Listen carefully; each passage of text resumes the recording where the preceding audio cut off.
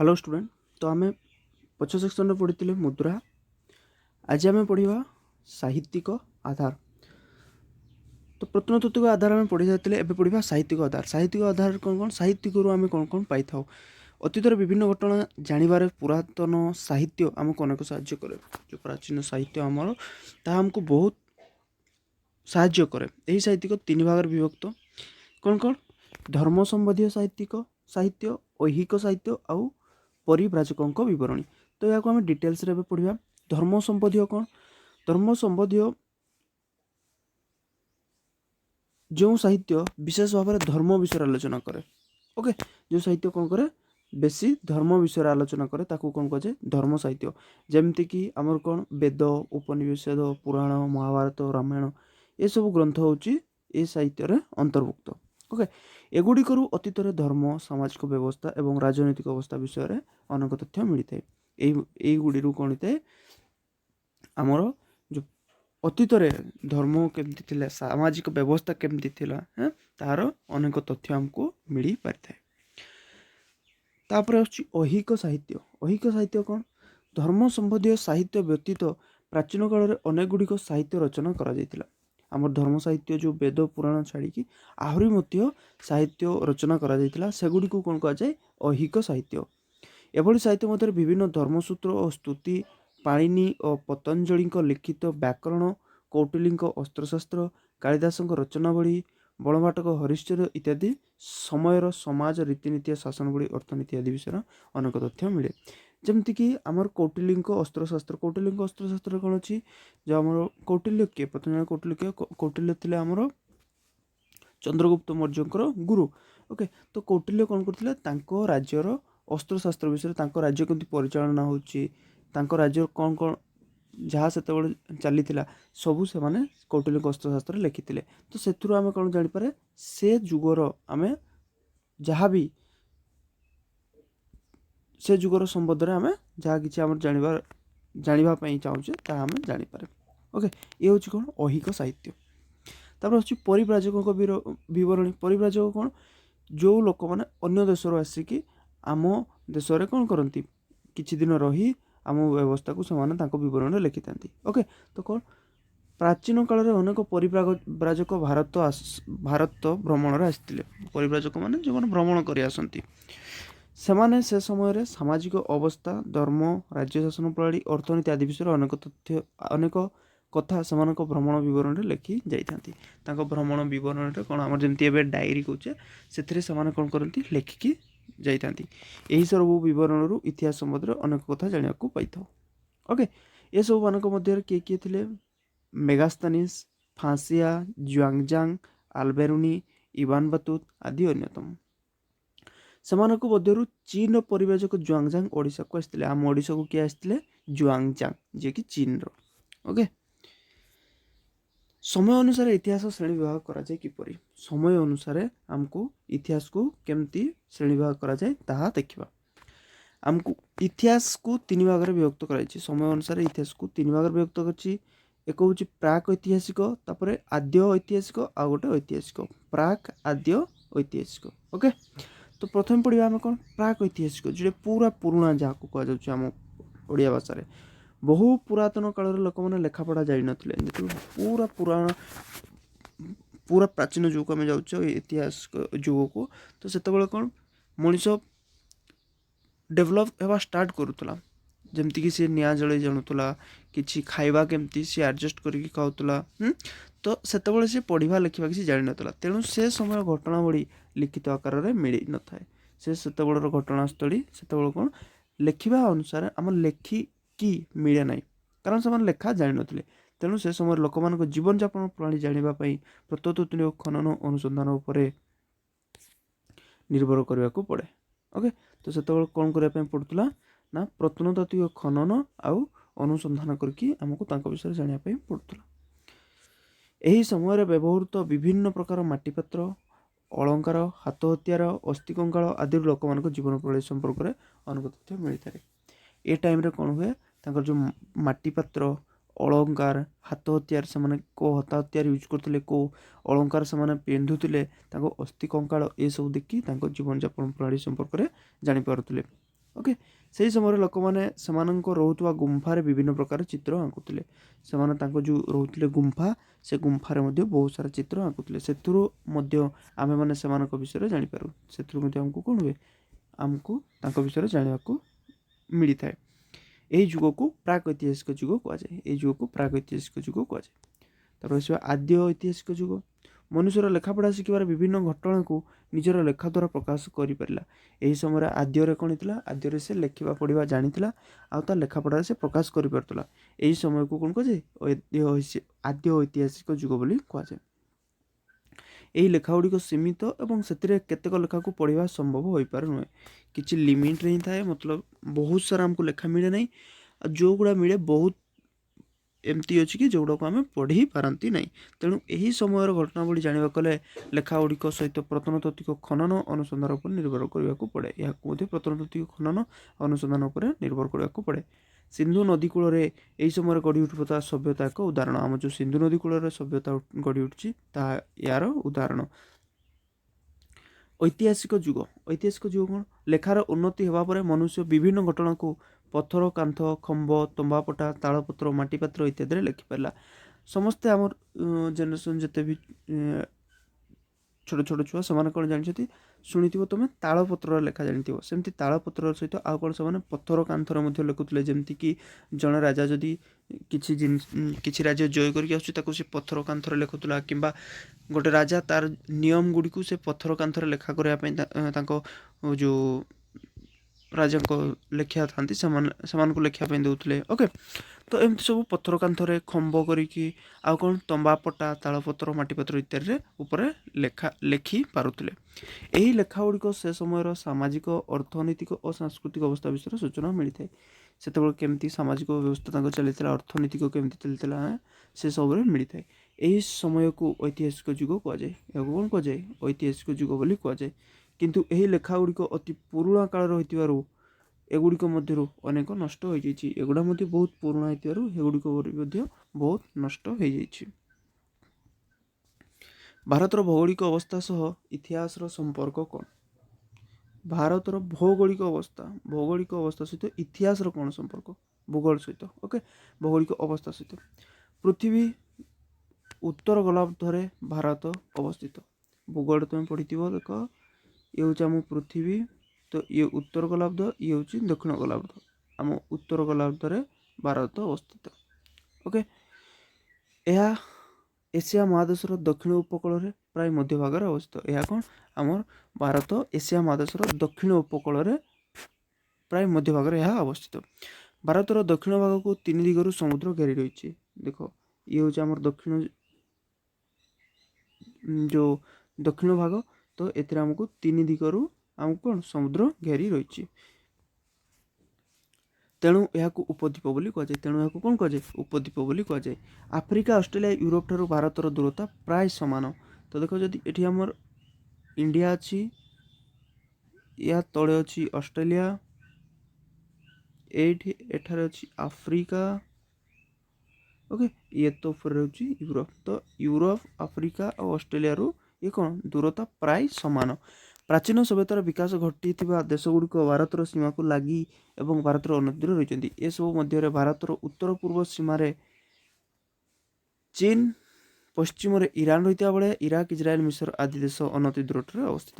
ତ ଆମର କ'ଣ, ଏହିସବୁ ଦେଶ ମଧ୍ୟରେ ଉତ୍ତର ଭାରତ ଆମେ ଦେଖିବା, ଉତ୍ତର ଭାରତ ଇଏ ହେଉଛି ଯଦି କ'ଣ, ଆମର ଇଣ୍ଡିଆ, ଇଏ ହେଉଛି ପୂର୍ବ, ପଶ୍ଚିମ, ଉତ୍ତର, ଦକ୍ଷିଣ। ତ ସେ କ'ଣ କହୁଛି, ଉତ୍ତର ପୂର୍ବ। ଏଇଠି ଅଛି କ'ଣ, ଆମର ଅଛି ଚୀନ। ଇରାନ କେଉଁଠି ଅଛି, ଇରାନ ଅଛି ଏଇ ଜାଗା ପାଖରେ। ଓକେ, ଇସ୍ରାଏଲ, ମିଶର ଆଦି ଏସବୁ, ଗ୍ରୀସ୍, ଏସବୁ ଦେଶ ଗୁଡ଼ିକ ଅନତି ଦୂରରେ ଅଛନ୍ତି। ପ୍ରାକୃତିକ ବିଭାଗ। ଏ ବଢ଼ିଆ କ'ଣ, ପ୍ରାକୃତିକ ବିଭାଗ। ପ୍ରାକୃତିକ ଗଠନ ବିବିଧରେ ଅନୁସାରେ ଭାରତକୁ 6ଟି ଅଞ୍ଚଳରେ ବିଭକ୍ତ କରାଯାଇଛି। ଭାରତକୁ କେତେଟି ଅଞ୍ଚଳରେ ବିଭକ୍ତ କରାଯାଇଛି? 6ଟି ଅଞ୍ଚଳ। କ'ଣ କ'ଣ 6ଟି? ଗୋଟେ ହେଉଛି ହିମାଞ୍ଚଳ ପର୍ବତ ଅଞ୍ଚଳ, ଉତ୍ତରସ୍ଥ ସମତଳ ଅଞ୍ଚଳ, କେନ୍ଦ୍ରସ୍ଥ ମାଳଭୂମି ଅଞ୍ଚଳ, ଆଉ କ'ଣ, ପଶ୍ଚିମସ୍ଥ ମରୁଭୂମି ଉପକୂଳସ୍ଥ ସମତଳ ଅଞ୍ଚଳ ଏବଂ ସମୁଦ୍ର ମଧ୍ୟସ୍ଥ ଦ୍ୱୀପ ଅଞ୍ଚଳ। ଓକେ, ଏଗୁଡ଼ାକୁ ତୁମେ ମନେ ରଖିଥିବ କ'ଣ କ'ଣ 6ଟି ଅଞ୍ଚଳ। ଆଉ ଥରେ ପଢ଼ି ଦେଉଛି, ହିମାଳୟ ପର୍ବତ ଅଞ୍ଚଳ, ଉତ୍ତରସ୍ଥ ସମତଳ ଅଞ୍ଚଳ, କେନ୍ଦ୍ରସ୍ଥ ମାଳଭୂମି ଅଞ୍ଚଳ, ପଶ୍ଚିମତଃ ମରୁଭୂମି, ଉପକୂଳସ୍ଥ ସମତଳ ଅଞ୍ଚଳ ଓ ସମୁଦ୍ର ମଧ୍ୟସ୍ଥ ଦ୍ୱୀପ ସମୂହ। ତ ଏହାକୁ ଆମେ ମ୍ୟାପ୍ରେ ଦେଖିନେବା ଥରେ, ଯାହାଦ୍ୱାରା କି ତୁମକୁ ବଢ଼ିଆ ଭାବରେ ବୁଝିହେବ। ତ କ'ଣ ଦେଖ, ଏ ହେଉଛି ଆମର ଇଣ୍ଡିଆ ମ୍ୟାପ୍।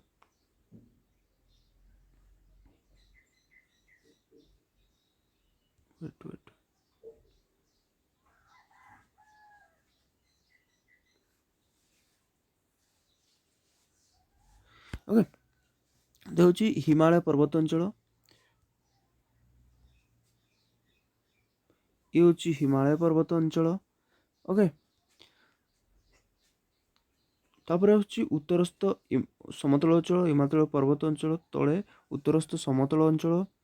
ଦେନ୍ କେନ୍ଦ୍ରରେ କେନ୍ଦ୍ରୀୟ ମାଳଭୂମି ଅଞ୍ଚଳ, ପଶ୍ଚିମତଃ ମରୁଭୂମି ଅଞ୍ଚଳ। ଏଠି ଆମର ଅଛି କ'ଣ, ପଶ୍ଚିମତଃ ମରୁଭୂମି ଅଞ୍ଚଳ, ଉପକୂଳସ୍ଥ ସମତଳ ଅଞ୍ଚଳ। ଏଇ ଯେଉଁ ଉପକୂଳରେ ଅଛନ୍ତି ସମତଳ ଅଞ୍ଚଳ, ସମୁଦ୍ର ମଧ୍ୟସ୍ଥ ଉପଦ୍ୱୀପ। ଏଠି ଯେଉଁ ଆମର ଲାକ୍ଷାଦ୍ୱୀପ ଅଛି, ଆଣ୍ଡାମାନ ନିକୋବର, ଏସବୁ ସମୁଦ୍ର ମଧ୍ୟସ୍ଥ ଉପଦ୍ୱୀପ। ଏଗୁଡ଼ିକ ମଧ୍ୟରୁ କେନ୍ଦ୍ରୀୟ ମାଳଭୂମି ଓ ପଶ୍ଚିମତଃ ମରୁଭୂମି ଯଥାକ୍ରମେ ବୃହତ୍ତମ କ୍ଷୁଦ୍ରତମ ପ୍ରାକୃତିକ ଅଞ୍ଚଳ। ଓକେ, ପ୍ରାକୃତିକ ବୈଶିଷ୍ଟ୍ୟ। ଭାରତର ଇତିହାସକୁ ଏହା ପ୍ରାକୃତିକ ବିଭାଗ ଗୁଡ଼ିକ ଅନେକାଂଶରେ ପ୍ରଭାବିତ କରି ଆସିଛି। ଭାରତର 4ଗୋଟି ପ୍ରଧାନ ପ୍ରାକୃତିକ ଅଞ୍ଚଳ ରହିଛି। କ'ଣ କ'ଣ? ସେଗୁଡ଼ିକ ପାର୍ବତୀୟ ଅଞ୍ଚଳ, ନଦୀ ଉପତ୍ୟକା ଅଞ୍ଚଳ, ଜଙ୍ଗଲ, ଉପକୂଳବର୍ତ୍ତୀ ସମତଳ ଅଞ୍ଚଳ। ଓକେ, ତ ଫାର୍ଷ୍ଟ ପଢ଼ିବା ଆମେ କ'ଣ, ପାର୍ବତୀୟ ଅଞ୍ଚଳ ବିଷୟରେ। ପାର୍ବତୀୟ ଅଞ୍ଚଳ କ'ଣ? ଭାରତର ଉତ୍ତର ସୀମାରେ ଅବସ୍ଥିତ ଅଚ୍ୟୁତ ହିମାଳୟ ପର୍ବତ ଶ୍ରେଣୀ କେନ୍ଦ୍ର ଏସିଆ ଠାରୁ ଭାରତକୁ ପୃଥକ କରିଅଛି। କ'ଣ? ଯଦି ଆମେ ଦେଖିବା, କେନ୍ଦ୍ର ଏସିଆ ଠାରୁ ଆମକୁ କ'ଣ, ଏ ଯେଉଁ ହିମାଳୟ ଆମକୁ ଇଣ୍ଡିଆକୁ ପୃଥକ କରିଅଛି। ହିମାଳୟ ପର୍ବତମାଳାର ପାଦଦେଶ ଅଞ୍ଚଳ, ଉପତ୍ୟକା ଅଞ୍ଚଳ ମୃତ୍ତିକା ଉର୍ବର ଏବଂ ଜଳ ସମ୍ପଦରେ ପରିପୂର୍ଣ୍ଣ।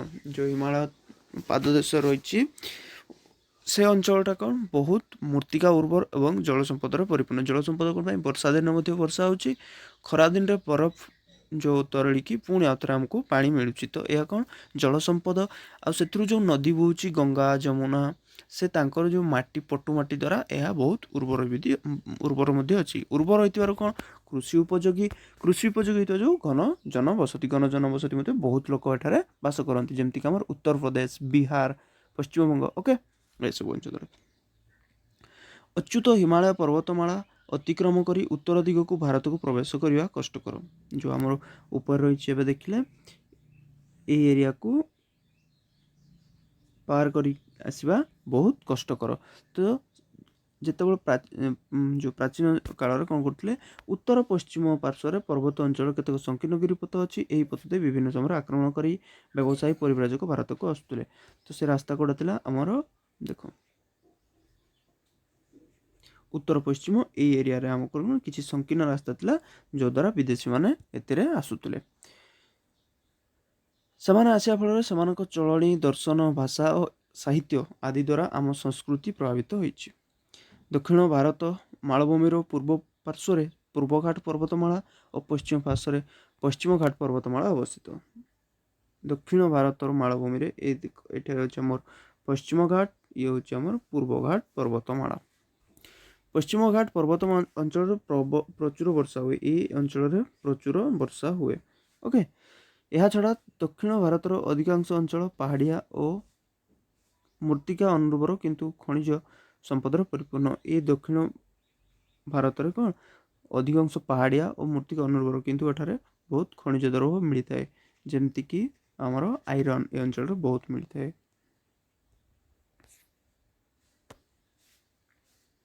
ନଦୀ ଉପତ୍ୟକା ସମୂହ। ତ ନଦୀ ଉପତ୍ୟକା ସମୂହ କ'ଣ, ଆମ ଦେଶରେ ହିମାଳୟ ପର୍ବତୀୟ ଅଞ୍ଚଳ ଓ ଦକ୍ଷିଣ ଭାରତ ମାଳଭୂମି ମଧ୍ୟରେ ଏକ ସଂକୀର୍ଣ୍ଣ ସମତଳ ପୂର୍ବ ପଶ୍ଚିମ ହୋଇ ଲମ୍ବି ରହିଛି। ଏବେ ହିଁ ପଡ଼ିଥିଲା ଆମ ହିମାଳୟର ପାଦତଳ ଅଞ୍ଚଳରେ କ'ଣ, ବହୁତ ବଡ଼ ଏକ ସମ୍ପୂର୍ଣ୍ଣ ସମତଳ ଅଞ୍ଚଳ ପୂର୍ବରୁ ପଶ୍ଚିମ ହୋଇ ଲମ୍ବି ରହିଛି। ଆଉ ସିନ୍ଧୁ, ଗଙ୍ଗା, ବ୍ରହ୍ମପୁତ୍ର ଆଦି ଚିରସ୍ରୋତା ନଦୀର ମାନେ ହେଉଛି ଏଇଆ କି ସବୁବେଳେ ସେଠାରେ ପାଣି ଥାଏ। ଏବେ ହିଁ ବୁଝିଥିଲି ମୁଁ, ପାଣି କ'ଣ ପାଇଁ ସବୁବେଳେ ଥାଏ ନା, ବର୍ଷା ଦିନରେ ବି ପାଣି ଥାଏ, ଆଉ ଖରାଦିନରେ କ'ଣ ହୁଏ, ବରଫ ତରଳି ପାଣି ଥାଏ। ତ ଏଥିପାଇଁ ସବୁବେଳେ ସେ ଚିରସ୍ରୋତ ହୋଇଥାଏ। ନଦୀ ଗୁଡ଼ିକରୁ ପଟୁମାଟି ଦ୍ୱାରା ଏହି ସମତଳ ଅଞ୍ଚଳ ସୃଷ୍ଟି ହୋଇଛି। ତାଙ୍କର ଯେଉଁ ପଟୁମାଟି ଅଛି ତା ଦ୍ୱାରା ଏହା ସୃଷ୍ଟି ହୋଇଛି। ଏହି ଅଞ୍ଚଳର ମୃତ୍ତିକା ଉର୍ବର ଏବଂ ପ୍ରଚୁର ଜଳ ମିଳିଥିବାରୁ ଏଠାରେ ବିଭିନ୍ନ ଶସ୍ୟ ଉତ୍ପାଦନ କରାଯାଇଥାଏ। ତେଣୁ ଏହି ଅଞ୍ଚଳରେ ବହୁତ ଲୋକ ବାସ କରନ୍ତି। ଏଠାରେ ପ୍ରଚୁର ଜଳ ଆଉ ମୃତ୍ତିକା ଉର୍ବର ହୋଇଥିବାରୁ ଏଠାରେ କ'ଣ ବିଭିନ୍ନ ଶସ୍ୟ ଉତ୍ପାଦନ କରାଯାଇଥାଏ। ଆଉ ଏଥିପାଇଁ ଏଥିରେ କ'ଣ ବହୁତ ଲୋକ ବାସ କରିଥାନ୍ତି। ଏହିସବୁ କାରଣରୁ ନଦୀ କୂଳମାନଙ୍କରେ ପ୍ରାଚୀନ ସଭ୍ୟତା ଗଢ଼ି ଉଠିଥିଲା। ଏସବୁ କାରଣରୁ କ'ଣ ସେତେବେଳେ ପ୍ରାଚୀନ ସଭ୍ୟତା ଗଢ଼ି ଉଠିଥିଲା। ଦେନ୍ ପଢ଼ିବା ଆମେ କ'ଣ ଜଙ୍ଗଲ। ଭାରତର ହିମାଳୟ ପାର୍ବତ୍ୟ ଅଞ୍ଚଳର ପାଦଦେଶ ଓ ପଶ୍ଚିମ ଘାଟ ପାର୍ବତ୍ୟ ଅଞ୍ଚଳ ପଶ୍ଚିମ ପାର୍ଶ୍ୱରେ ପ୍ରଚୁର ବୃଷ୍ଟିପାତ ହୋଇଥିବା ଯୋଗୁଁ ଏହିସବୁ ଅଞ୍ଚଳ ଘଞ୍ଚ ଅରଣ୍ୟ ଦେଖାଯାଏ। ଯେଉଁ ହିମାଳୟ ପାର୍ବତ୍ୟ ଅଞ୍ଚଳରେ ଆମର କ'ଣ ତା ପାଦଦେଶ ଆଉ ପଶ୍ଚିମ ଘାଟ ପର୍ବତମାଳାର ପଶ୍ଚିମ ପାର୍ଶ୍ୱରେ ପ୍ରଚୁର ବୃଷ୍ଟିପାତ ହୋଇଥାଏ। ତେଣୁ ଏହିସବୁ ଅଞ୍ଚଳର ଘଞ୍ଚ ଅରଣ୍ୟ ଦେଖାଯାଇଥାଏ। ଏହାଛଡ଼ା ଦକ୍ଷିଣ ଭାରତର ଅଧିକାଂଶ ଅଞ୍ଚଳ ପୂର୍ବ ଉତ୍ତର ପୂର୍ବ ଭାରତର କେତେକ ଅଞ୍ଚଳ ଦେଖାଯାଇଥାଏ। ଅରଣ୍ୟ ଜାତୀୟ ଦ୍ରବ୍ୟ ଉପରେ ନିର୍ଭର କରି ଏଠାରେ ଲୋକମାନେ ବାସ କରନ୍ତି। ଏଠାରେ ଲୋକମାନେ କେମିତି ବାସ କରନ୍ତି ନା ଅରଣ୍ୟ ଜାତୀୟ ଦ୍ରବ୍ୟ ଉପରେ ନିର୍ଭର କରିକି ଏଠାରେ ବାସ କରନ୍ତି। ଅରଣ୍ୟର ଶାନ୍ତ ଓ ସୁନ୍ଦର ପରିବେଶ ସଭ୍ୟତାର ବିଶେଷ କରି ଧର୍ମ ଦର୍ଶନ ଏବଂ ସାହିତ୍ୟର ଉନ୍ନତି କରିବାରେ ସାହାଯ୍ୟ କରେ। ଏଠାରେ ତାଙ୍କ ଯେଉଁ ଅରଣ୍ୟ ଶାନ୍ତ ଓ ସୁନ୍ଦର ପରିବେଶ ସାହିତ୍ୟର ଉନ୍ନତି କରିବାରେ ଏହା ସାହାଯ୍ୟ କରିଥାଏ। ଉପକୂଳବର୍ତ୍ତୀ ସମତଳ ଅଞ୍ଚଳ। ଉପକୂଳବର୍ତ୍ତୀ କ'ଣ? ଉପକୂଳବର୍ତ୍ତୀ ହେଉଛି ସମୁଦ୍ର ତଟରେ ଯେଉଁ ଅଞ୍ଚଳ ଥାଏ ତାକୁ କୁହାଯାଏ ଉପକୂଳବର୍ତ୍ତୀ ସମତଳ ଅଞ୍ଚଳ। ଆମ ଦେଶର ପଶ୍ଚିମ ପାର୍ଶ୍ୱରେ ଆରବ ସାଗର ଓ ପୂର୍ବ ପାର୍ଶ୍ୱରେ ବଙ୍ଗୋପସାଗର ଉପକୂଳର ସମତଳ ଅଞ୍ଚଳ ଦେଖାଯାଏ। ତ ଦେଖ ଇଏ ହେଉଛି ମ୍ୟାପ୍। ଆରବ ସାଗର ଏପଟେ ଅଛି, ଆରବ ସାଗର, ଇଏ ହେଉଛି ବଙ୍ଗୋପସାଗର। ଓକେ, ବଙ୍ଗୋପସାଗର। ତ ଏ ଅଞ୍ଚଳରେ କ'ଣ ହୁଏ ନା ସମତଳ ଅଞ୍ଚଳ ଦେଖାଯାଏ। ପୂର୍ବରେ ଅଛି ପୂର୍ବ ସମତଳ ପୂର୍ବ ଉପକୂଳବର୍ତ୍ତୀ ସମତଳ ଅଞ୍ଚଳ, ପଶ୍ଚିମରେ ଅଛି ପଶ୍ଚିମ ଉପକୂଳବର୍ତ୍ତୀ ସମତଳ ଅଞ୍ଚଳ। ଗୁଜରାଟରୁ କେରଳ ପର୍ଯ୍ୟନ୍ତ ରହିଛି ପଶ୍ଚିମ ଉପକୂଳବର୍ତ୍ତୀ। ଦେଖ ଏଇଠୁ ଅଛି ଗୁଜରାଟ, ଗୁଜରାଟ ଠାରୁ ପୁରା କେରଳ ପର୍ଯ୍ୟନ୍ତ ଏଠାରେ ଅଛି କେରଳ, ଗୁଜରାଟ ଠାରୁ କେରଳ ପର୍ଯ୍ୟନ୍ତ ହେଉଛି ପଶ୍ଚିମ ଉପକୂଳ। ଏଠି ସେମିତି ଓଡ଼ିଶା ଠାରୁ ତାମିଲନାଡ଼ୁ ପର୍ଯ୍ୟନ୍ତ ପୂର୍ବ ଉପକୂଳବର୍ତ୍ତୀ ସମତଳ ଅଞ୍ଚଳ। ସାବରମତୀ, ମାହି, ନର୍ମଦା, ତାପ୍ତି ଆଦି ନଦୀଗୁଡ଼ିକ ପଟୁମାଟି ଦ୍ୱାରା ପଶ୍ଚିମ ଉପକୂଳସ୍ଥ ସମତଳ ଅଞ୍ଚଳ ଗଠିତ ହୋଇଥାଏ ବେଳେ ମହାନଦୀ କୃଷ୍ଣ, କାବେରୀ, ଗୋଦାବରୀ ଆଦି ନଦୀର ପଟୁମାଟି ଦ୍ୱାରା ପୂର୍ବ ଉପକୂଳ ସମତଳ ଭୂମି ଗଠିତ ହୋଇଥାଏ। ତ ଏଥିରେ ଅଛି ଯେଉଁ ନର୍ମଦା, ତାପ୍ତି, ସାବରମତୀ, ମାହି ଏସବୁ ଅଛନ୍ତି କ'ଣ ପଶ୍ଚିମରେ, ମହାନଦୀ, କୃଷ୍ଣା, କାବେରୀ, ଗୋଦାବରୀ ଏପଟେ ଅଛନ୍ତି କ'ଣ ହେଉଛି ପୂର୍ବରେ। ସମୁଦ୍ର କୂଳବର୍ତ୍ତୀ ସମତଳ ଭୂମି ଅତ୍ୟନ୍ତ ଉର୍ବର। ସମୁଦ୍ର କୂଳବର୍ତ୍ତୀ ଯେଉଁ ସମତଳ ଭୂମି ଅଛି ତା ବହୁତ ଉର୍ବର ଆଉ ଏହା କୃଷି ପାଇଁ ବହୁତ ଉପଯୋଗୀ ମଧ୍ୟ। ତେଣୁ ଏ ଅଞ୍ଚଳର ଘନ ବସତି ବହୁତ ଦେଖାଯାଏ। ଓକେ, ଉପକୂଳବର୍ତ୍ତୀ ସମତଳ ଅଞ୍ଚଳରେ ଅବସ୍ଥିତ ନଦୀମୁହାଣ ଗୁଡ଼ିକରେ ଅନେକ ବନ୍ଦର ଗଢ଼ି ଉଠିଥିଲା ଯାହାଦ୍ୱାରା ସାମୁଦ୍ରିକ ବାଣିଜ୍ୟର ଉନ୍ନତି ଘଟିଥିଲା। ଏହି ଅଞ୍ଚଳରେ ମଧ୍ୟ ଅନେକ ସହର ଗଢ଼ି ଉଠିଥିବାର ଦେଖାଯାଏ। ଏହି ଅଞ୍ଚଳରେ ବହୁତ ସହର ଗଢ଼ି ଉଠିଥିବାର ମଧ୍ୟ ଆମକୁ ଦେଖାଯାଏ। ତ ବଚ୍ଚ ଆଜି ପାଇଁ ଆମେ ଏ ଚାପ୍ଟର ଶେଷ କରିଛେ। କାଲି ପୁଣି ଦେଖା ହେବ ନୂଆ ଚାପ୍ଟରରେ, ସେକେଣ୍ଡ ଚାପ୍ଟରରେ। Okay, thank you.